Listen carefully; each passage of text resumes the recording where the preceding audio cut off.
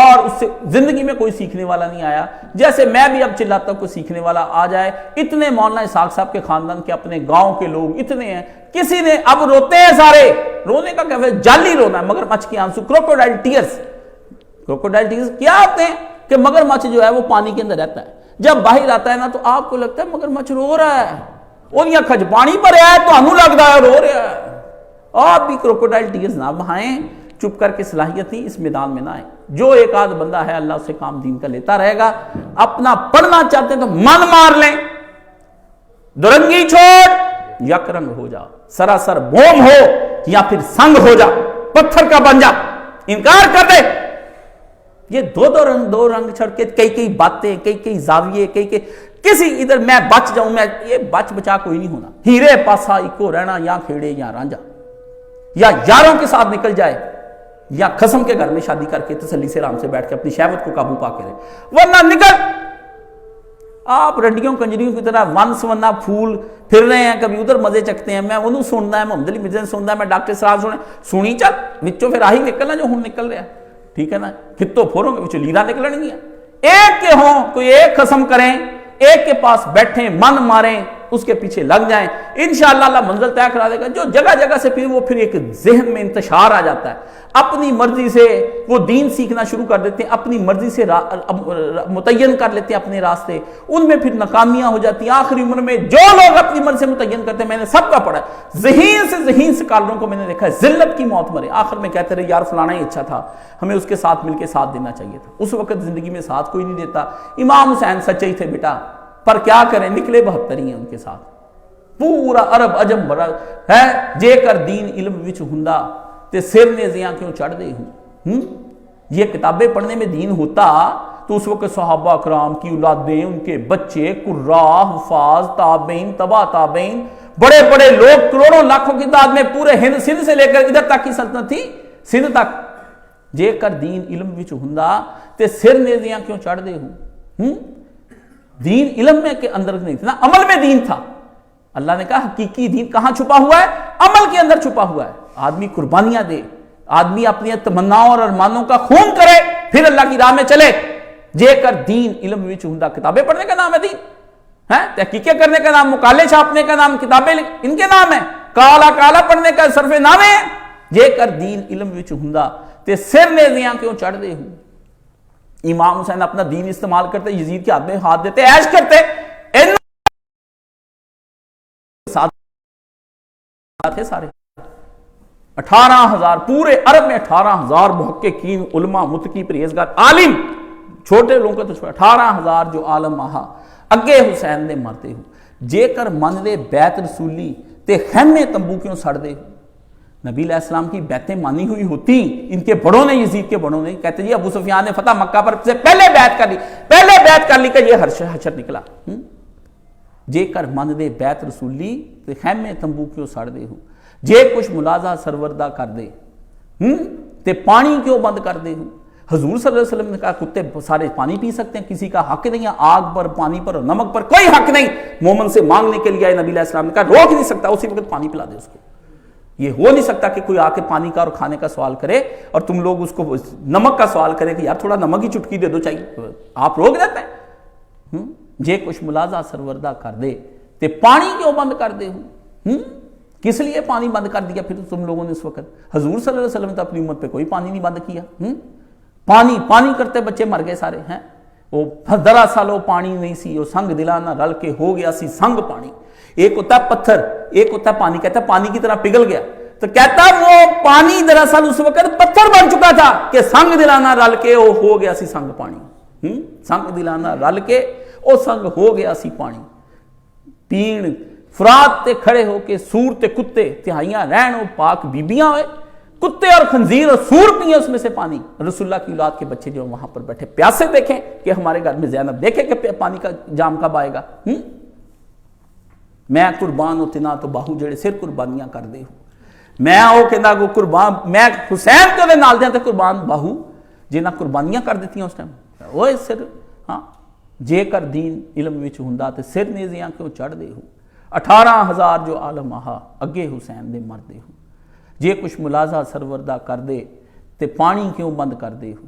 جے کر من دے بیت رسولی تے خیمے تمبو کیوں سڑ دے ہوں، کیوں لگائی کربلا میں آگ، اندر تو عورتیں تھی اور کس کا خون کرنا تھا بھی، سارے تو مرد مار دیے گئے بے حیاؤ، میں قربان ہوتی نہ تو باہو جڑے سر قربانی او تنا تو میں باہو قربان جڑے سر۔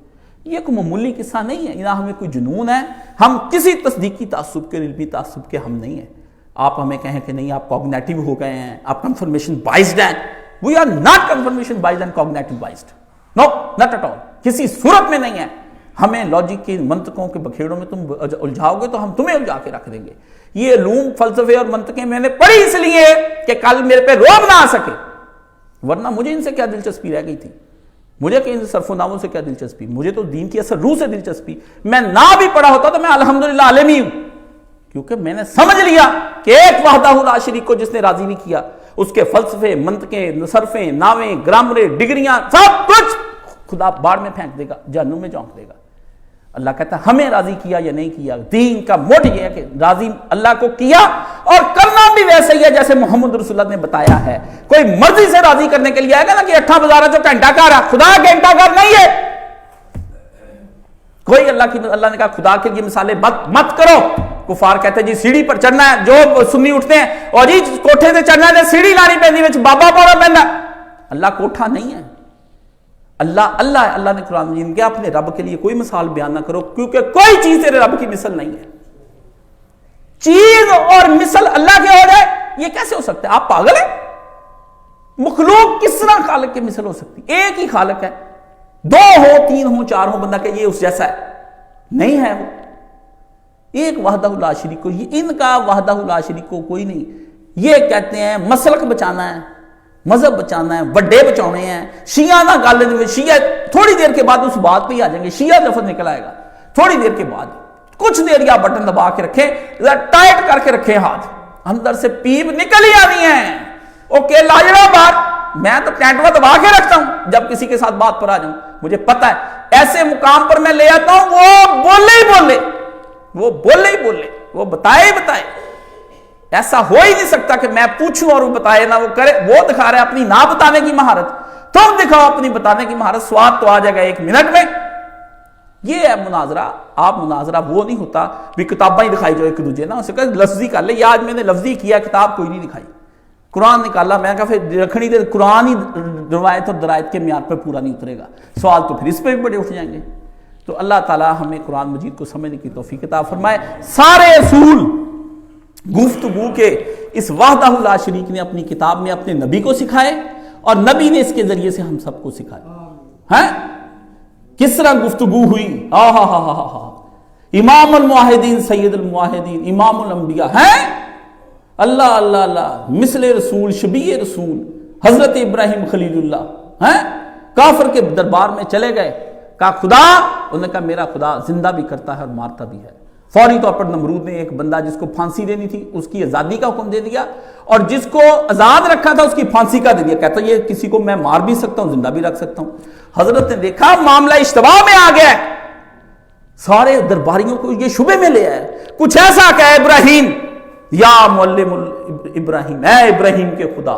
مولانا صاحب نے کہا آخری وقت یہ پڑھی خدا کی بارگاہ میں، اے ابراہیم کے خدا جس نے ابراہیم کو سکھایا، ہاں آ گئے ابراہیم علیہ السلام، اسی وقت مناظرے کی پہلی مثال چھوڑی، دوسری پکڑ لی، فرمایا میرا رب سورج مشرق سے نکالتا ہے اور مغرب میں غروب کرتا ہے، تو نے قدرت کی بتایا کہ میری بھی قدرت ہے کہ زندہ کو مردہ اور مردہ کو زندہ کر دوں، قدرت بتائی ہے نا تو نے یہاں پر، اصل حاصل قدرت پر اب گفتگو ہوگی، چل سورج کو مغرب سے نکال اور مشرق میں غروب کر، تیری بھی اتنی قدرت ہے، تو نے کہا اتنی ہی میری قدرت ہے جتنی تیرے اللہ کی قدرت ہے کہ وہ زندہ کرتا ہے اور مارتا ہے، میں بھی زندہ کرتا ہوں اور مارتا ہوں، قدرت کا مظاہرہ ہو گیا، صفت قدرت پر جنگ چل پڑی۔ انہوں نے کہا قادر پہ بات چلے گی، انہوں نے کہا ہوگی قادر تے گل ہوگی، چھٹ بندیاں نو چلا آسمان تے حکم جڑا پتہ لگ جاتا بندے کی ہے تو تیرے دائرے کار چ ہے، اور ہوں پتہ چلے گا کہ تیرا دائرہ کار کہاں ہے، خدا کا دائرہ اور تیرے دائرے کے محدودیت کی اس کو لمیٹیشن میں لے کر آیا کہ ایک تو زندہ کرنے مارنے کے تم نے دونوں مسئلوں کو الجھایا، دوسرا قدرت کو الجھایا، تیسرا اپنی اور بندے کی قدرت کے اندر محدودیت اور لا محدودیت کے اوپر غلط مثال دی۔ اعلیٰ محدود قدرت کا اگر کرنا ہے تو دو شکار کر اس کو جس کو کر رہا ہوں میں شکار، اڑتے پرندے پہ تو بھی چلا، میں بھی چلاتا ہوں، دیکھتا ہے کہ کون کس میں تیر پہ وصل کر جاتا ہے۔ تو ہنر آزما ہم جگر آزمائے۔ آپ میدان کے اندر اللہ نے فرمایا، پھر اس دلیل پر جب انہوں نے کہا تو وہ کر کیا سکتا تھا؟ کچھ بھی نہیں۔ فبوہت الذی حقا بکا، فرمایا کافر، الذی کفر، جس نے کفر کیا تھا نا، فرمایا وہ انکار کیا میرے نبی کا، وہ ختم ہو گیا۔ قرآن سکھاتا تھا، پر اس کے لیے ہر ایک کے بس کی بات دل کا آپریشن کرنا نہیں ہوتا۔ MBBS ڈاکٹر بہت ہیں، پر دل کا آپریشن MBBS سے کوئی بھی نہیں کراتا۔ جو کراتا ہے وہ احمق ہے، سمجھ گئے نا؟ اے مشاجرات صحابہ، قاری حنان کو سکھن جا رہے ہیں، لوط کو، ہود کو، اس نے جمعہ پڑھایا جی مشاجرات صحابہ۔ میں کہو چینی اہلیت ہے اس ڈنگر کے اندر؟ آپ اس کی بات سننے کے لیے جا رہے ہیں؟ جی شریف نے پڑھایا فلانے، اس کے اندر ہے ہی نہیں، وہ اس میدان کا آدمی نہیں۔ ریاضی والے استاد سے بیالوجی حل کرا رہے، بیالوجی والے کو ریاضی حل کرا رہے، جو چاہے آپ کا حسن کرشمہ ساز کرے۔ ادھا نہیں ہونا، آپریشن جن صحیح کرنا، کان والے کو ٹیڑھ پڑوا رہے، ٹیڑھ والے کو کان پڑوا رہے، تے بیٹا پھر پڑھائی جو ختم ہونا، پھر اس طرح آخر دعوانا الحمدللہ رب العالمین۔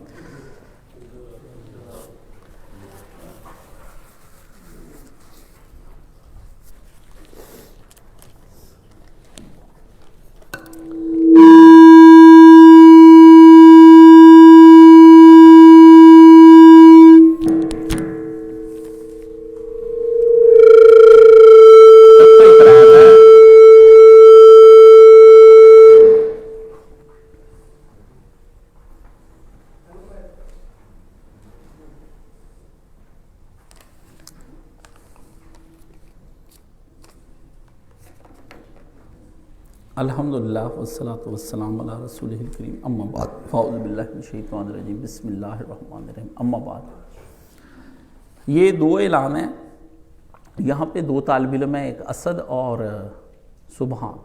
یہ دونوں طالب علم میرے کہنے پہ انہوں نے اپنی، اسد نے ماشاءاللہ اپنی فزکس کا، اس نے نسٹ میں کے اندر داخلہ تھا بڑا ٹھیک ٹھاک، ٹاپر تھا فزکس کے اندر، اس نے وہ میرے کہنے پہ چھوڑ کے داخلہ اپنا ختم کر کے خود ہی وہاں سے 6 مہینے پڑھنے کے بعد آ کے FSC کے بعد BSc میں، تو وہ اس نے آ کے پھر درس نظامی شروع کر لیا۔ اس طرح سبحان نے BSc کی، انجینئرنگ کی، اس نے بھی میرے کہنے پہ پھر درس میں نے کہا قربانیاں دو مستقبل کی، تمہارے ماں باپ انجینئر دیکھنا چاہتے ہیں، میں تمہیں عالم دیکھنا چاہتا ہوں، تو انہوں نے قربانیاں دیں، اور بھی بڑے لڑکے ماشاءاللہ دے رہے ہیں چھوڑ کے دین پڑھنے، لیکن میں نے کہا دیکھنا تمہارے اندر اتنی صلاحیت ہے کہ تم پڑھ سکو، شوق تو سب کو ہوتا ہے، صلاحیت بھی دیکھنی چاہیے، ہاتھ آپ کے ہے کوئی نہیں تو جناب ہو رہا ہے، جناب سائیکل چلانا ہے، کوئی بات کرنے والی کریں، اتنے آپ ٹیلنٹڈ نہیں ہیں۔ تو میں نے ان سے کہا، انہوں نے کہا استاد جی ہم نا ہر جمعے یہاں آیا کریں گے، 1 گھنٹے کے لیے بیٹھیں گے، آپ ہمیں جو کوئی لڑکا عربی زبان سیکھنا چاہتا ہے نا، گرامر پڑھنا چاہتا ہے عربی کی، وہ ہمارے پاس آ کے اپنا 8 دن کا سبق یہاں سنا کے ہر 8ویں دن کے بعد پھر آئے، ہم سے گائیڈ لائن لے، انشاءاللہ ہم 6 مہینے کے اندر اس کو بہترین عربی دان بنا دیں گے۔ تو ان کو عربی بڑی اچھی آتی ہے، میں بھی ان سے کنسلٹ کرتا ہوں۔ کل ہی میں نے اسے ایک جو چیز ہے اس سے پوچھی تھی، تو اس پہ پھر اسد نے مجھے ایک نکتہ بتایا کہ اس میں استاد جی یہ بات ہے، تو میں نے کہا ہاں یہ بات تمہاری صحیح ہے، وہ اللہ تعالیٰ ان کے علم میں برکت عطا فرمائے۔ اور دوسری چیز انہوں سے میں نے یہ کی، اب بہت سارے لڑکے یہ مجھ سے کہتے ہیں استاد جی ہم پڑھنا چاہتے ہیں، چلے اردو میں پڑھنا چاہتے تو کیسے آغاز کریں؟ آپ نصاب تو ہمیں بتا دیا ہے، تو اصل چیز ہے کہ اب مجھ میں بالکل پڑھانے کی ایک رمق بھی باقی نہیں، یعنی آپ سمجھے کہ ایک سانس بھی نہیں کہ میں اب کسی، جب میں کہتا تھا آتے نہیں تھے، اور جب میں اب جا رہا ہوں کہ اب میرے پاس اتنا، تو پھر ان کو میں نے ڈیوٹی لگائی، ان کو میں نے سکھایا ہوا ہے کیسے پڑھنا ہے، نوٹس کیسے بنانے ہیں، اہم چیزوں پہ نشان کیسے لگانے، صحیح ضعیف کا کیا طریقہ کار ہے، تو ان کو پھر میں نے اب ہر جمعے یہ یہاں بیٹھے ہوا کریں گے 1 گھنٹے کے لیے، جو بھی لڑکا آئے یہ اس کو اصول حدیث، فقہ، تفسیر سب کچھ پڑھا دیں گے۔ میں نے کہا کہ آپ نا ایک پیپر بنائیں، اس پیپر پہ سب کے اصول لکھیں، مطالعہ کے اصول کیا ہیں مجھے چیک کرائیں، اس کے اندر کوئی کمی بیشی ہوئی تو پھر وہ آپ اسے کروا لیں، یہ ایک ترتیب کے ساتھ میرا برڈن بھی کم ہو جائے گا اور آپ اسے سمجھ بھی لیں گے، جو رہ جائے گا وہ چیزیں ساری۔ واٹس ایپ پر ایک آدمی کہتا ہے میں پڑھنا چاہتا ہوں آپ سے، میں کہتا ہوں آپ جب تشریف ہی نہیں یہاں لائیں گے تو میں آپ کو کیوں پڑھاؤں، ٹھیک ہے نا؟ علم کے لیے 2 چیزیں لازمی ہیں، یاد رکھ لیں، ایک سفر، علم کے لیے سفر کرنا پڑے گا، دوسرا فقر، بھوک کاٹنی پڑے گی، بھوک کاٹیں، سفر کریں، 2 چیزیں علماء سے سیکھیں، بیٹھیں۔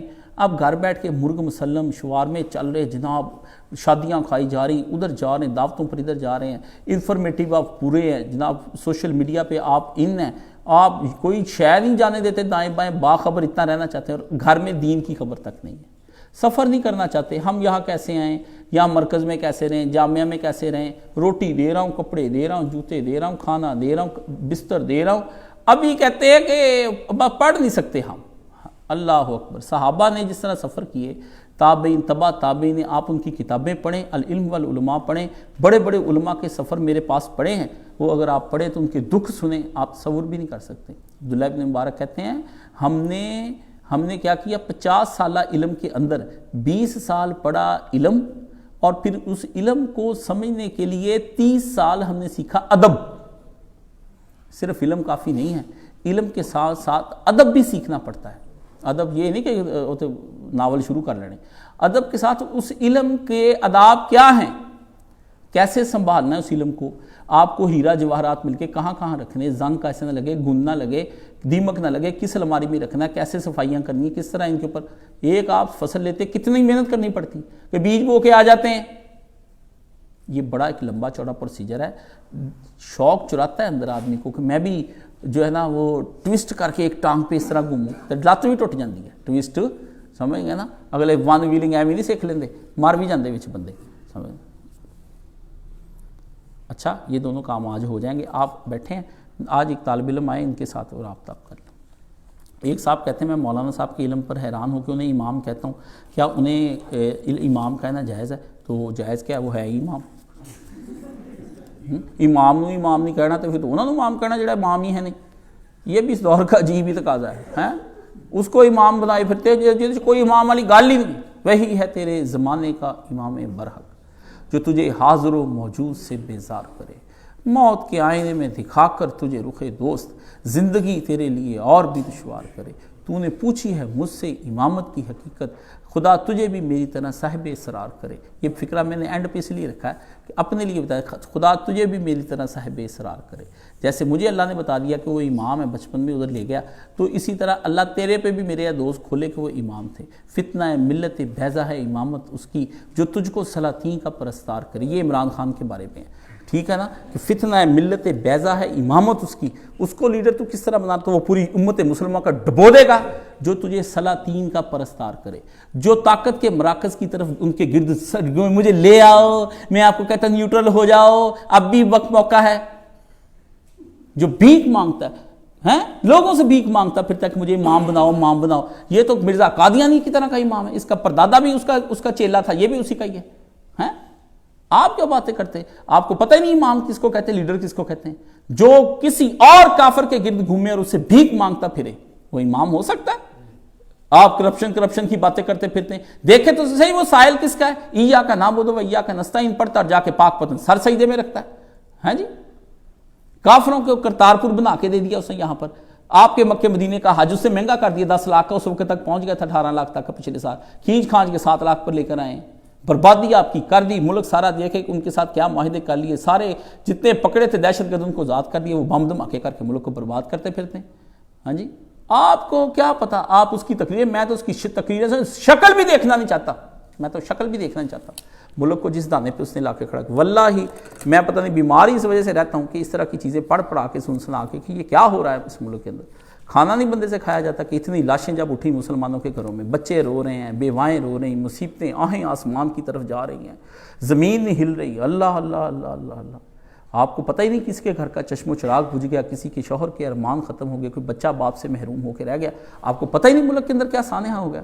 آپ روٹیاں کھاتے پیتے اور زمان پارک کے اندر اسی رات ادھر مسلمانوں کے اوپر قیامت ٹوٹی اور حرام زادے کے گھر کے باہر ناچ گانا ہوا اور اپنی سوشل میڈیا کی ٹیم پر، اپنے پروفیشنل پیج پر، آفیشیل پیج پر شائع کی۔ آپ اس کو امام سمجھتے ہیں؟ اللہ اللہ اللہ، خلافت کا درد دل میں رکھنے والے لوگ جو ہیں وہ اس طرح کے لوگوں کو اپنا امام بنائیں گے؟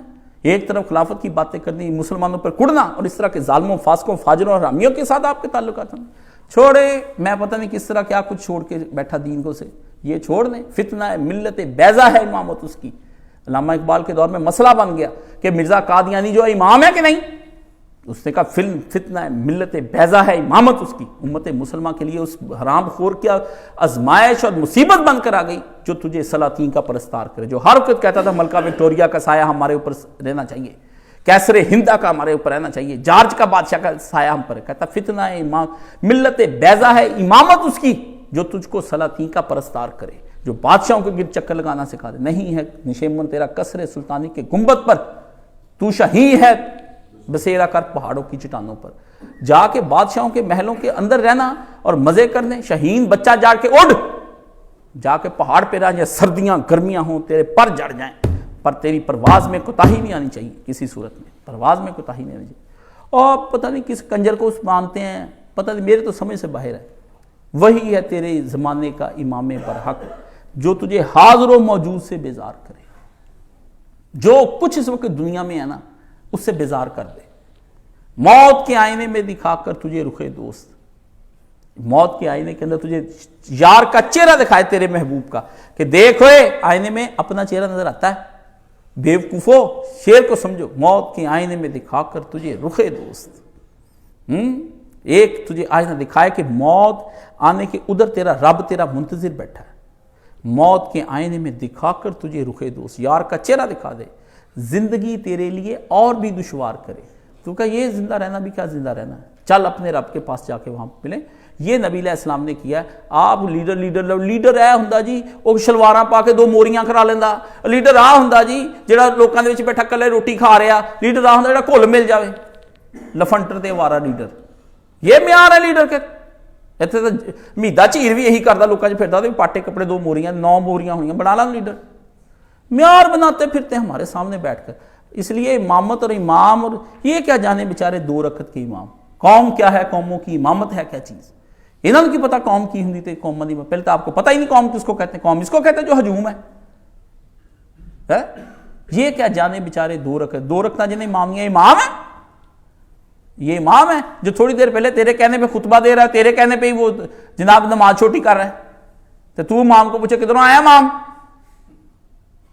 تو امام تے تو اپنی عزت بچاؤندا پھرے. امام تک کٹ کے تلوار تیری نہ توڑ لا دے کہ پوچھیا تو مینوں کتوں آیا تو.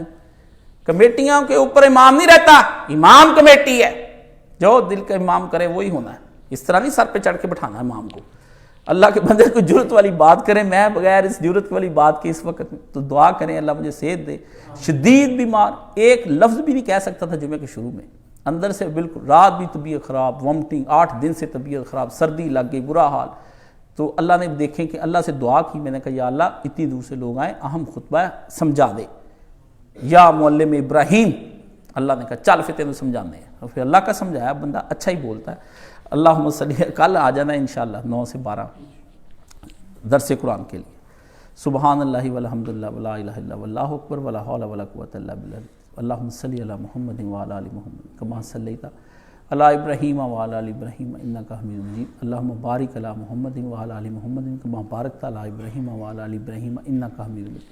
اللہم اشف کل مریض، اللہم رد کل غریب، اللہم اقض دین کل مدین، اللہم اصلح کل فاسد من امور المسلمین، اللہم اغفر للمؤمنین والمؤمنات والمسلمین والمسلمات الاحیاء منہم والاموات، اللہم انصر الاسلام والمسلمین واخذل الکفرۃ والمشرکین، اللہم انصر من نصر دین محمد صلی اللہ علیہ وسلم واخذل من خذل دین محمد صلی اللہ علیہ وآلہ وسلم. ربنا لا تجعلنا فتنة للقوم الظالمین.